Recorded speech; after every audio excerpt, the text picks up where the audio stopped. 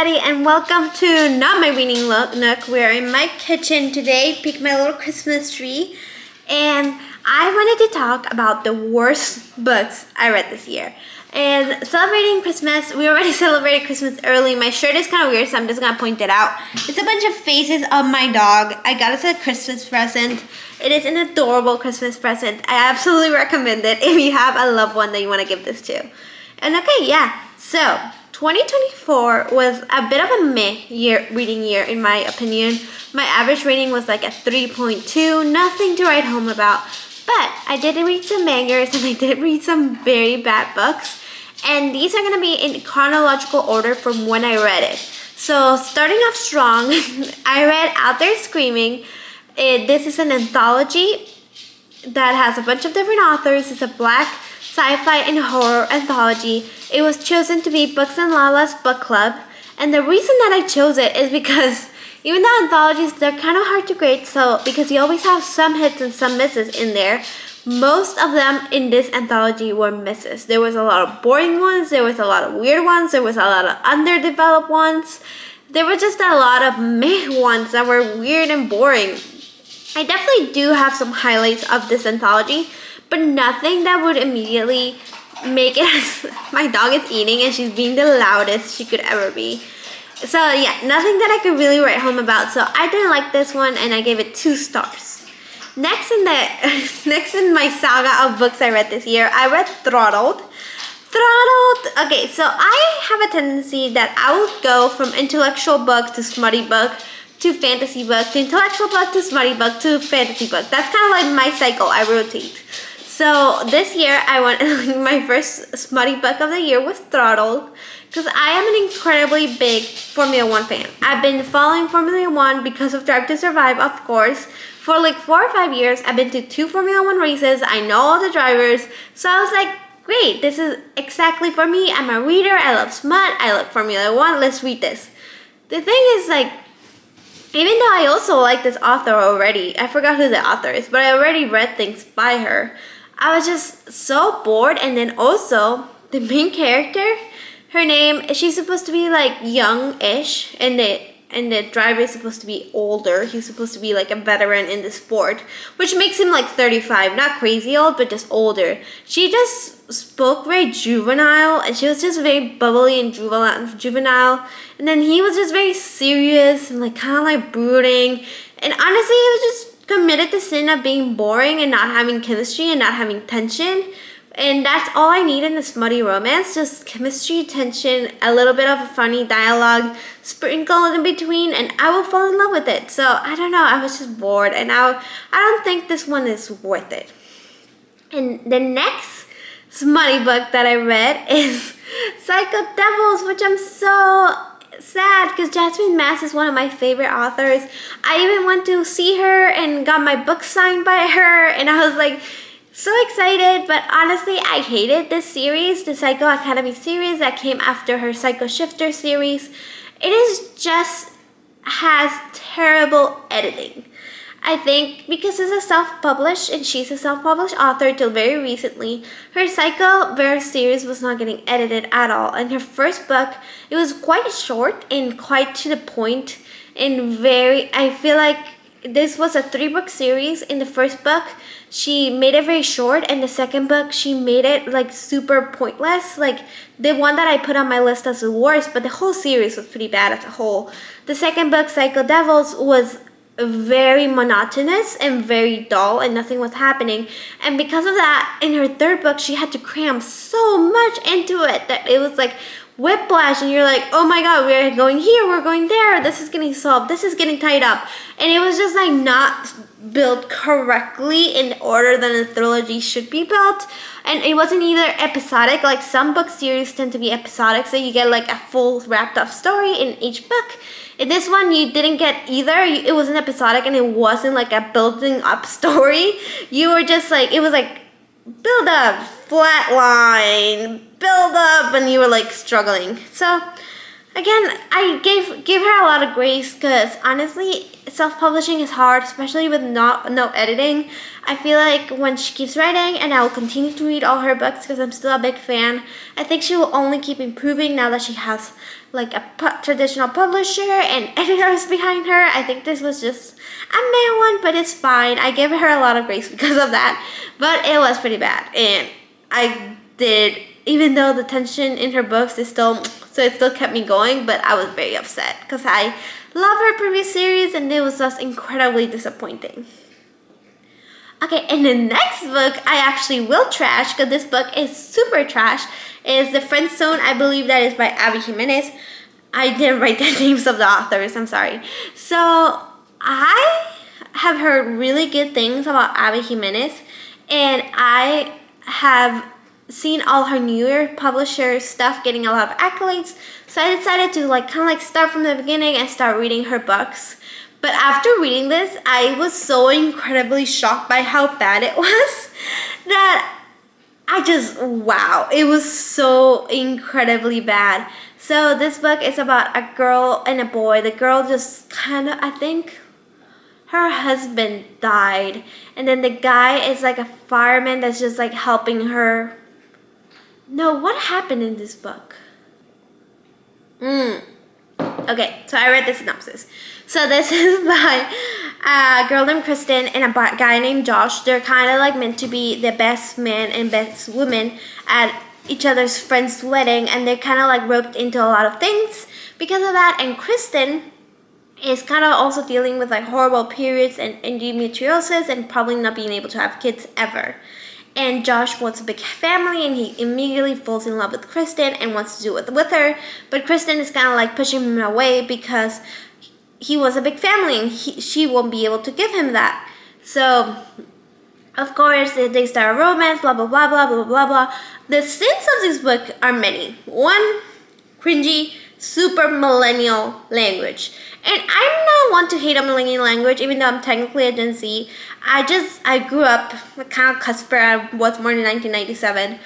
But it was things even the synopsis says it. He was things like hangry, and her dog has a silly name. It's just a lot of dialogue. And then there's an accidentally pregnancy trope, guys. She gets accidentally pregnant and she decides to keep it, and I will forever hate it. And then there's that wild random death at the end, and I hated everything about this book. It felt like it had twists and turns just for the sake of it. It had terrible characters that were cringy. It had very bad tropes that I hate. It was not sexy, and it had a guy who kind of did the bare minimum, and everybody loved him for that, and I hated him with every single soul in my being. He was awful. I hated him, and I don't think this book deserves to be accoladed. And I don't know if I'm cured of Abby Jimenez. I will probably try some of her newer stuff, but this one was really bad, and I do not see the hype. Okay. The next one, sadly, I also really hate it. It was The Ministry of Time. I've been in several rants about this book already, but this one is about a woman who works at this department in England where they just discovered a time machine, and instead of bringing people from the present into the future, they decide to bring people from the past into the present in order to kind of determine how they are affected by the time traveling. And she is tasked to kind of babysit one of the people that they brought from the past. And she is kind of just keeping this journal about all his things, but she slowly starts falling in love with him. But the main sin of this book is that it has a very quirky sci-fi. You can be dealing with a lot of fish out of water, a lot of exploration about what changed in the last 200 years, what the implications of this time machine could be. But you're just stuck in the head of the most annoying, needy, unnecessarily whiny main character that is in love with this man but refuses to do anything about it, and it's so boring. And I was why? Okay, so this is a very interesting thing. We can do a lot of work with this, but it was just lit fic that kind of dressed itself as sci-fi and decided to call it a day without doing any interesting world building, and then just turned into a action thriller adventure in the last 20% with no build up whatsoever. It was bad. And I hated it, and I was having such high hopes, especially because I read it because it had a lot of hype, and then it even won the Goodreads Choice Awards.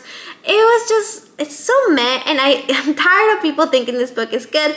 There's so many good sci-fis out there. Please read something else, because there's so many like things that develop on the themes that this was trying to follow. And yeah, no, as a sci-fi lover, I definitely hated this one. Okay, the next one is I Was a Teenage Slasher. This one is by Stephen Graham Jones, and I gave it 2 stars. Again, nothing I actually hated. Everything I gave it 2 stars. But this one, again, commits the sin of, well, this one wasn't boring. It was just not as interesting as I think it wanted to be, because it follows a guy who wakes up one day as a teenage slasher. So, meaning that when he closes his eyes, he turns into like this masked man that starts going into killing rampages. And I think the concept, again, is super interesting, but the execution was kind of flawed. I feel like we were following a guy who was very much a blank slate, and you didn't really learn a lot about him, and he was having emotional turmoil because of his turning into a teenage slasher thing, but he didn't have anything else going on in his life that was interesting, that was kind of like pushing the story. He was just a blank slate, and I was kind of bored, and there were so many other interesting characters around him that I much would have rather followed. And it was just action. In a book, when it's only action and no introspection, it can turn into just like a gimmick over and over again that I didn't really enjoy. The set of the book was good. The idea was good. The action was interesting. It was not horror at all. Like, I wasn't scared for a second. But it was just meh, and I was really hoping, because the synopsis was super interesting, and it seems like you're gonna get inside of the mind of a serial killer, but you're not really doing that. You're just inside of the mind of a 15-year-old teenager, and honestly, that's just boring. And the next one is Authority by Jeff Vanderbilt, whatever. It is the 3rd book in this saga that I am officially giving up on. I forgot what is the Area X trilogy, I believe. Now it might be more books. And this is following a mysterious area called Area X that formed in the middle of the United States that nobody can enter, and everybody that has come out of it becomes instantly insane. And this is a big mystery that follows all 3 books. In each book, you kind of discover a little bit more what's going on. And they're all short books, and I can see that there is definitely an audience for this.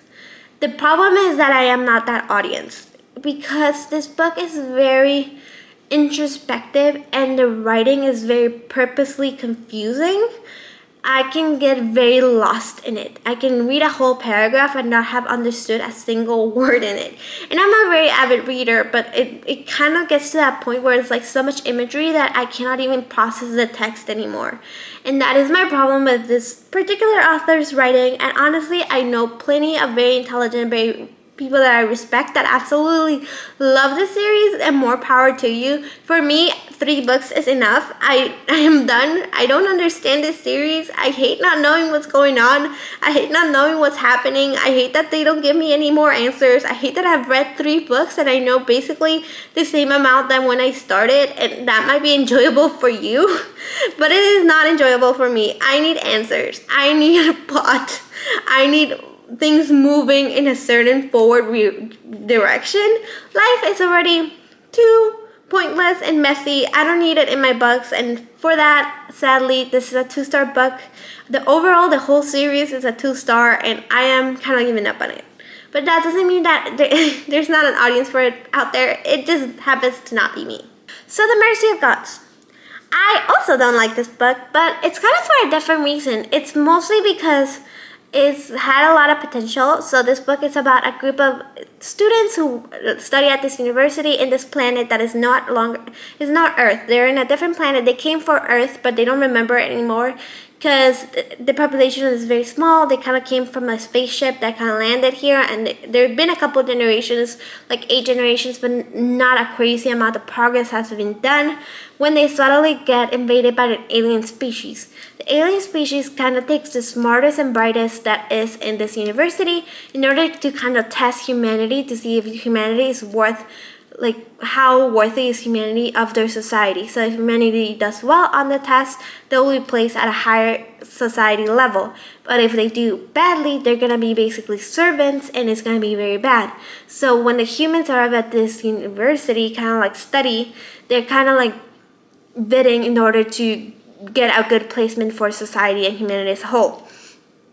The concept's super interesting. The first 20% of this book, mega interesting. I just struggled with the part where I was expecting trials to see, like, to prove themselves that humanity's smart. So you can have like Ender's Game style trials. I think that would have been very interesting.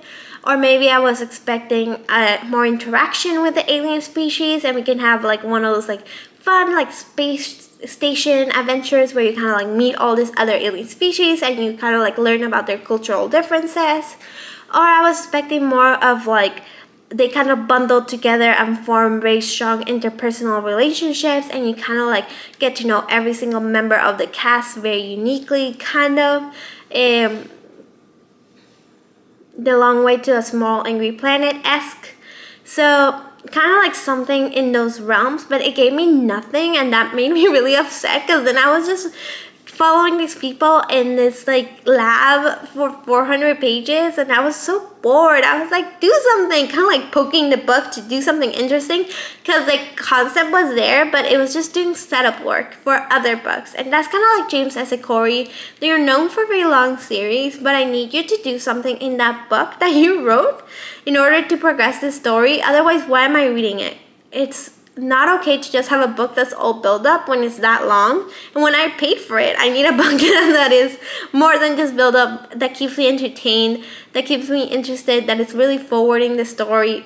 And this one was sadly just like not good and not that great. But I trust this author, so I'm gonna keep going. But I was just not happy with the final result, and I hope they do better for the next one. The next one that I read was To Gaze Upon the Wicked Gods. This one is one of my Illumicrate books that I got this year.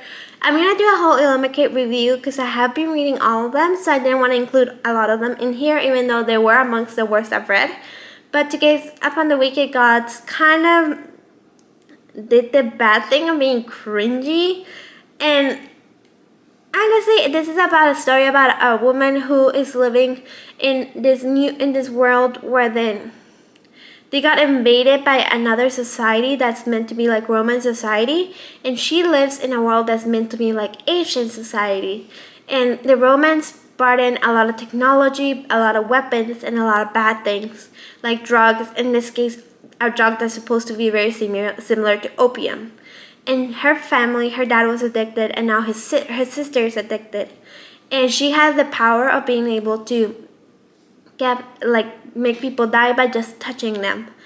And because of that, it is very useful for everybody. And one day the Roman prince discovers that she has this power and bargains with her that if she goes and works for him, he will keep her family safe. And her family is struggling again. Her sister is a drug addict, so she agrees, and she goes to work for him as an assassin, basically. And I felt that this book has the most potential out of all the Illumicrate books I got. The first part was incredibly well written. It was very heartfelt with the whole like your sister and your father are struggling with like this drug. You're having to be an adult, as a young adult, take care of your entire family. You're dealing with a lot of internalized shame. You have this horrible power and everybody hates you. I thought the beginning was so strong. And then the middle was her being like a depressed assassin, which can be interesting, but her missions were not particularly interesting, and she was not killing anybody that was particularly interesting to like kind of have more of a political intrigue thing happening. It was just her killing random people for like the majority of the middle of this book and just being sad. And again, I'm okay with being books kind of having that heavy melancholy feel, but I don't want that to drag for a long time, and that is my complaint with a lot of these books. The melancholy feel was just like the entirety of the book, and I kind of want to have like highs and lows when it comes to a book. I want to kind of like feel the feelings of the people as they kind of like go through a lot of emotions, and I don't want it to be monotonous melancholy for a long time, because then I stop enjoying it. And at the end of the day, this is about me enjoying the books. If you like a monotonous melancholy book, go right ahead. I just don't happen to like it.